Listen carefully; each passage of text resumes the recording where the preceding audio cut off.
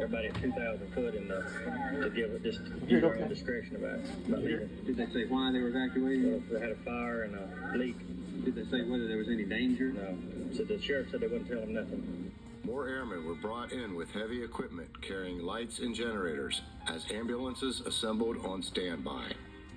2 men wearing white Revco suits with special breathing equipment entered the silo to check a vapor analysis panel just inside the first set of blast doors.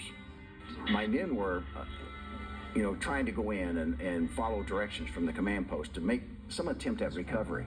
And they were getting contaminated with fuel and oxidizer. And so I was standing outside spraying this off the men, and I had no protective clothing.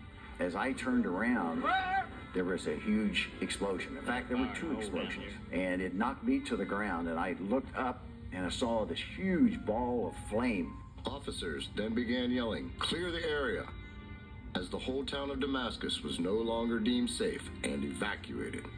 A temporary command post was established, injuries were evaluated, and damages assessed. The silo's 740-ton launch door was catapulted 3/4 of a mile away, and even more terrifying, the 9.5 megaton warhead was nowhere to be found. We had the local sheriff there asking us, tell us, what is the hazard involved here? We couldn't tell him, and we can neither confirm or deny, and it just made him furious, and I can understand that. Within 2 hours of the blast, Colonel Gray found the warhead in a ditch approximately 200 yards from the silo.